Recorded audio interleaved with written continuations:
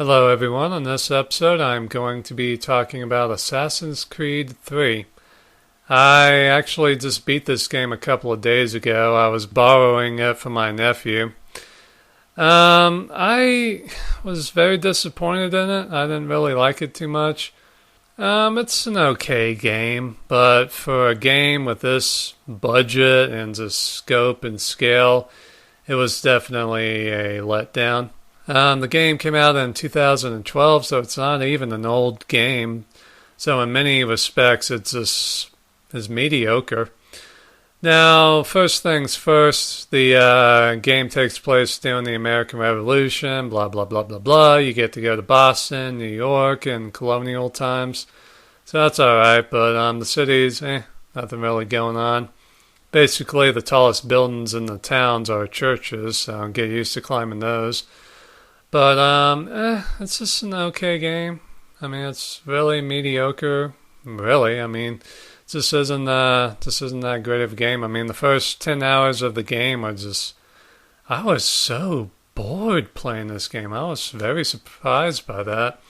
I mean, the way the game starts off is just, oh my God, just come on and do something cool. I mean, it's not nearly as exciting as the second one or the fourth one even. The gameplay is exactly the same. I mean, I haven't played an Assassin's Creed game in about a year, and I had no problem just hopping on the game and, kicking ass. And I think Ubisoft should be ashamed of themselves for that, but whatever. This game did introduce the ship battles and stuff, and those are okay. I mean, I sunk like 400 or 500 ships in Assassin's Creed 4, so I was even kind of bored by that, but it's alright. Maybe, and that's kind of why I kind of feel like also maybe I'm being unfair to this game, because, Assassin's Creed 4 was basically a better version of this game. So maybe I'm being unfair to this game. Maybe if I'd actually played it in 2012, maybe I would have liked it more. But then again, the game is so mediocre in so many areas, like the battle scenes and stuff. I mean, for this game to have such a huge budget and be so in those sections, like at the battles of Bunker Hill and what else was there? Bunker Hill and Lexington and Concord and stuff. I mean, you got like maybe 50, 60 soldiers on screen at once. That's nothing.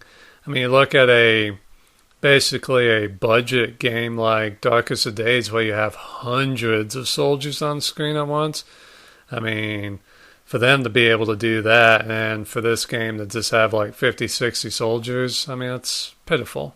It's embarrassing. They could have easily had a couple of hundred redcoats versus like 100 patriots, Mediocre. But the main character's okay. Connor, I mean, I would have liked to have actually played a white guy, I guess, just because it would have made more sense. Hey, this is the American Revolution. It was mainly fought by British white guys, with some black soldiers here and there. And I mean, Native Americans definitely fought in the American Revolution, mainly for the British, but wasn't really anything crazy. Now, I like Connor. He would have been a better secondary character, I think. I think he would have been a better right-hand man, kind of like Garrus in Mass Effect. But he's an okay protagonist. But the villains, for the most part, I mean, I liked the main villain, I guess, Haytham. He was kind of a dirtbag, especially seeing who his father was. And Charles Lee, I thought was interesting. I definitely liked the last scene with him and Connor. That was actually a really good scene. It was kind of interesting having to fight a guy with the same last name as me and have that guy be the bad guy. So that was kind of interesting. But the last 3 hours or so of the game are pretty good, like the Battle of Monmouth and, like I said, Charles Lee and fighting Haytham and stuff. That stuff was well done, but that was way too little, way too late.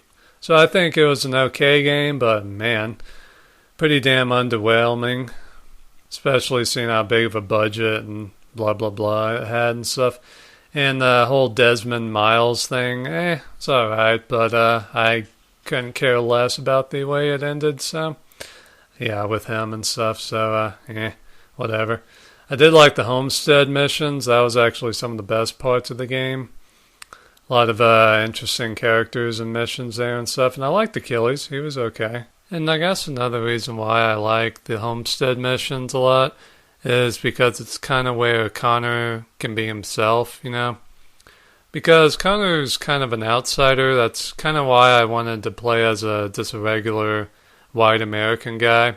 Because it would just be easier to relate to and stuff, and you would have that kind of patriotic, feel to the game. But instead, with Connor being a Native American, he's kind of an outcast, and the regular, white American colonial side.